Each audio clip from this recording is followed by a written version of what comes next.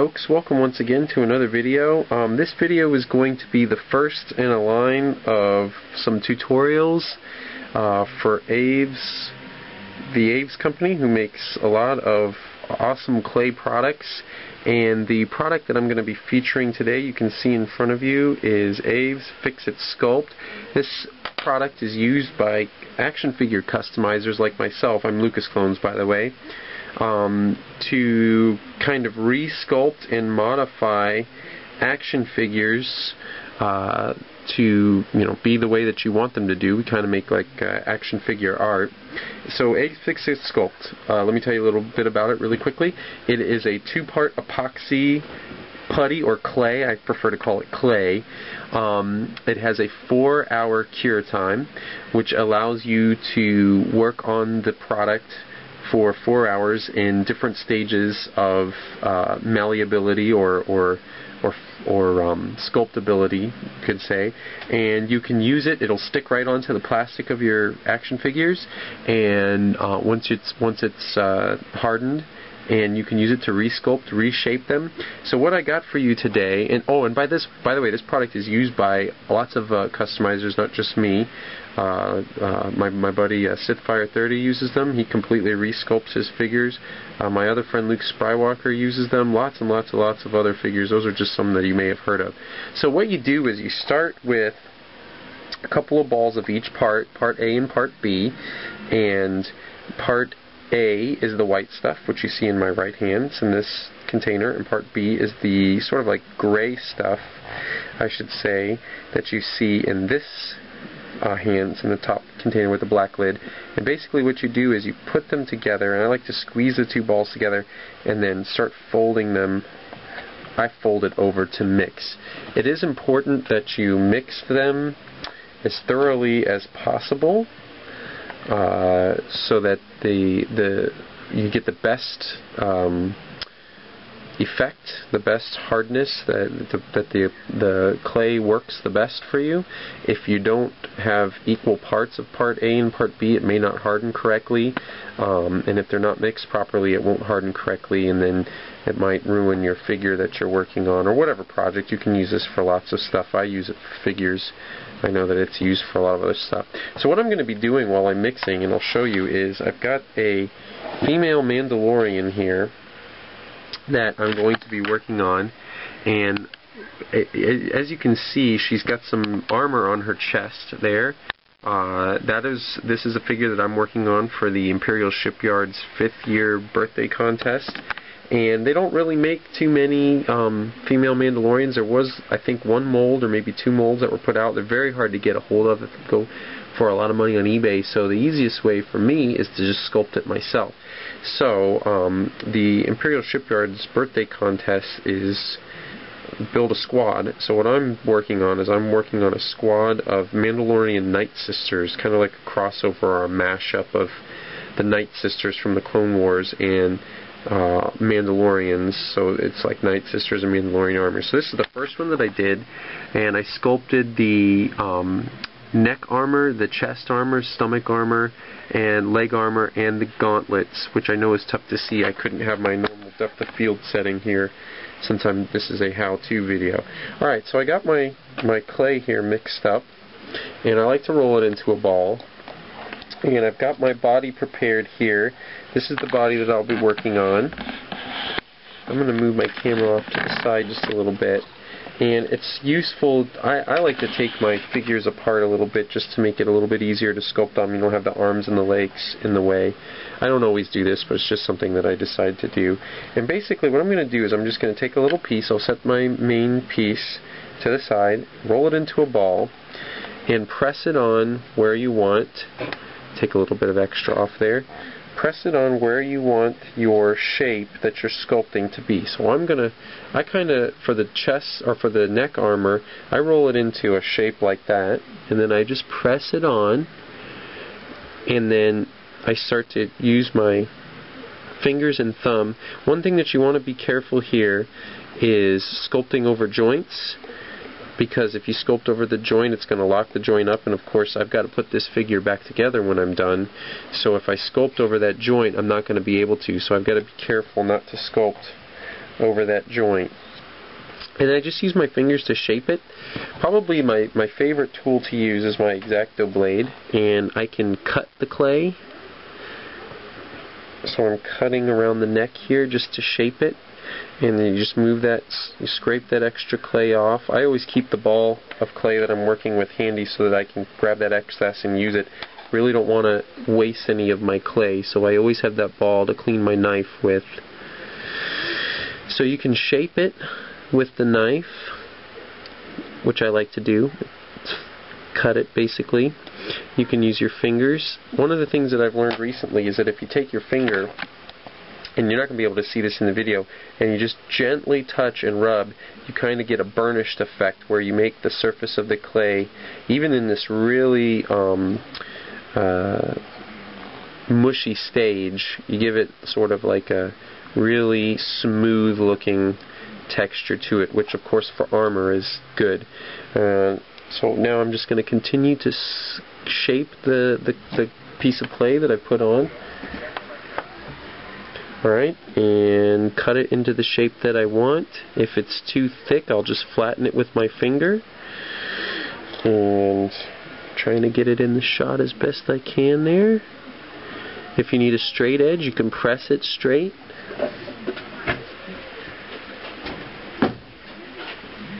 And I want an angle here, so I'm going to just take my knife and press to get an angle. Alright.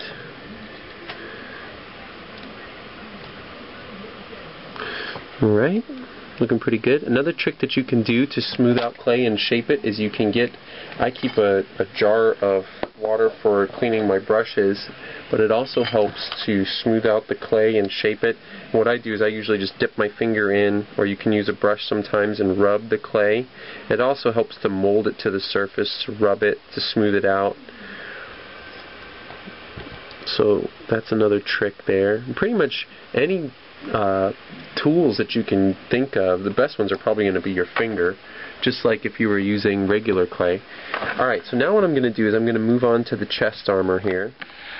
Alright, and I'm back. I was able to get my regular depth of field in there so you can see what I'm doing a little bit better, but you can kind of see what I did here with the neck armor. So now what I'm going to do is I'm going to go in with another ball of clay and I'm going to start to sculpt the chest armor, the breastplate armor. So I'm going to just take a ball of clay and actually kind of have to measure as you go, and you get better at measuring the clay as you go also the more you work with it.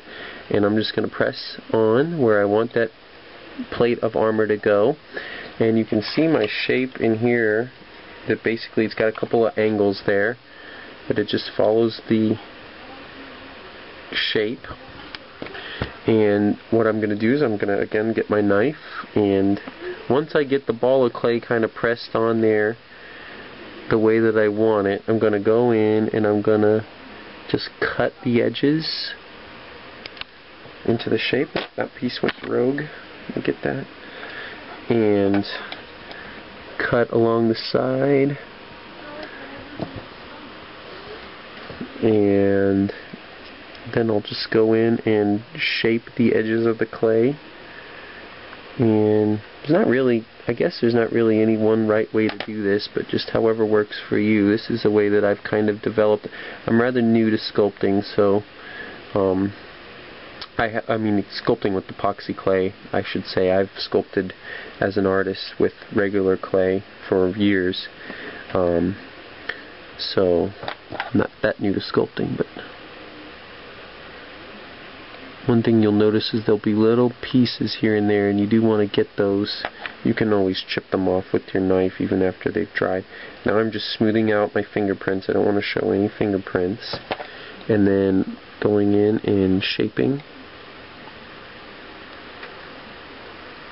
I want it to be straight right here, so I'm going to cut just a little bit. Trying not to get the camera in the way. There's a little bit left in there. I don't know if you can see it, but I want to get that because it will create a edge right there that you don't want. And then of course if you dip your finger in some water, I always flick the extra off. You can go back in there and smooth that out. so it looks nice and neat. And then I want a straight edge right up here, so I'm going to use my knife to make that straight edge. Curious to see how other people do some of these things. And this is just the way that I've learned to do it. Alright, and there's a little piece right there. I don't know if you can see it right here. I want to cut that off. Now, I've decided this one I want her armor to be a little bit more battle worn, so I'm just going to take my knife and put a couple of slash marks in there, chips and things, just to make it look like she's undergone some battles, maybe some scrapes or blaster bolts have ricocheted off of her armor in battle. She's a Night Sister, but that doesn't mean that she hasn't taken a few hits here and there. She's a Mandalorian. She's going to have some beat-upness to her armor, so that's just like a little extra thing that you can do. Alright, now I'm going to get another ball of clay. I'm going to sculpt the other side, her right side, and I'm just taking the clay and kind of measuring by feeling, really. It's the only way, really, I think you can measure. I suppose you could really if you wanted to get scientific about it. Just straightening that out right there before I go in. It's going to be harder for me to straighten that edge out after I put the other ball of clay in there, because then I might mash the other side down while I'm sculpting. So I want to make sure that it's the way that I want it before I put that other piece on. Of course I can go in and play with it, but just trying to make my life a little easier here. And of course sculpting while making a video is a new thing for me as well. Trying not to make the video too long. Alright, looking pretty good there. Alright, so I've got my other piece of clay. I'm rolling it into a ball shape, and I'm just going to press that on. And the key here now that I've got the second piece on is to try to make it all symmetrical. So be careful of foreign matter getting into your clay, pieces of hair, bits of Dremel plastic, whatever is on your desk, even paint can get mixed up into it, and you kind of just got to press it into the shape that you want, and by feeling, get it the way you want it. It's going to be bigger than the other side, but you're going to trim with your X-Acto blade into the shape that you want. Of course, I still got to do the other part of the neck armor back here, but I'll go in just a minute and do that. I want to get these armor plates on the front here done. Alright, so now I'm using just the landmarks of the body here as a reference for symmetry, and if you see the cobra symbol there, I haven't painted over it yet because I'm not going to paint till I'm done sculpting, but it's also a good way to, if you line up your knife and see how this edge lines up with the cobra symbol and how this edge lines up, I can use that as a way to gauge if I'm sculpting symmetrically or not. I don't know if that's how other people do it, but again, that's just something that I do. It's kind of something that I learned from drawing. You can use other references for what you're looking at to give you an idea of where you should be for symmetry. And then I can, on one side, I guess depending on which side, which hand you use the most, if you're right-handed or left-handed, one side's going to be easier to sculpt than the other.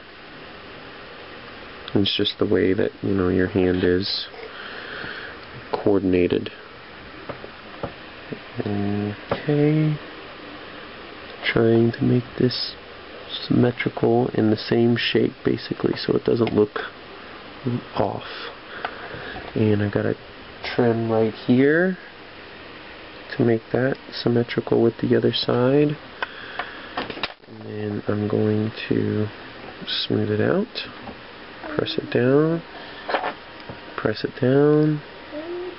and I'm going to trim right here and right here. I'm going to make her armor just slightly different. And that's pretty much it. Of course I'm going to work on this a little bit more, but you get the basic idea. I've got to make the little middle part right here, but I'll do that and maybe come back. Alright folks, I'm back again one last time to try to finish up this sculpt work here. I've got a little ball placed right here in the middle of the chest to do this center piece of the Mandalorian, the female Mandalorian armor. So what I'm first going to do is I'm going to shape the ball by trimming the edges and trying to make it into that sort of like a rectangular shape. The female armor on the Mandalorian is slightly different from the male. It does have, this middle piece here does have sort of a diamond shape to it, but for the interest of the video or for the sculpt work, I'm simplifying slightly. It's a little tough to cut those edges. Maybe later on I'll get a little bit better at sculpting and be able to cut something. So now I'm going to take my finger and press it flat to make it a little bit wider. Being careful not to smudge my other work.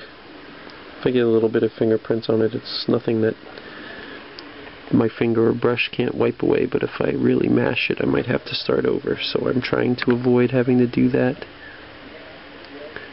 Alright, so that's a pretty good shape right there.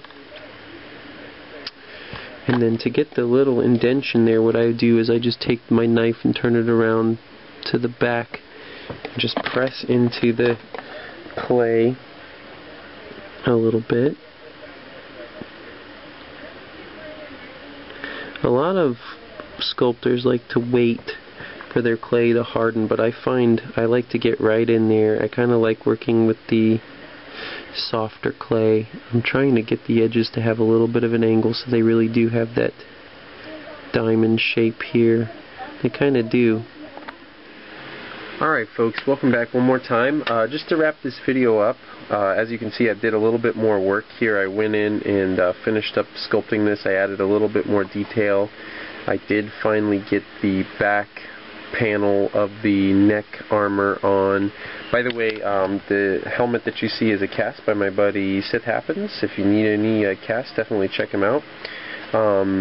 Did a great job on this Mando helmet here. But anyhow, so that's basically how to use Aves Fixit Sculpt to sculpt on some Mandalorian, female Mandalorian armor. So she's pretty much finished up. I've got the body put back together, and just one more thing I want to show you is I actually did sculpt a little bit on the legs. So this is the armor panel for the legs, the thigh armor. And I am going to do a little bit more sculpting on the legs right here, but I'm not going to make it armor. I'm going to make it look like the wrapped effect that you see on the Night Sisters. If you've ever seen the Night Sisters' legs, they have sort of like a wrapping, kind of like ninja type stuff. So you can kind of see the full effect here. If I take the, let me make sure I got the right sides. If I take the legs and put them there, you can see the full effect of the sculpting. Oh, and the other thing I'm going to do to this is I will sculpt some shoulder and armor and some wrist gauntlets, much like I did with her. And you can kind of see her, if I can get her in the shot, you can kind of see her wrist gauntlet there, and she's got one on this side too, right there, and that's all Aves Fixit Sculpt. So,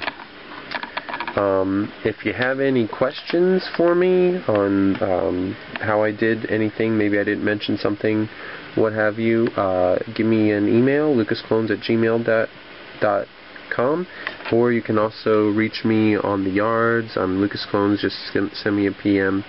But that's going to do it for this video. Thanks a bunch for watching, and I hope this helps you out. Until next time, may the Force be with you. Bye-bye.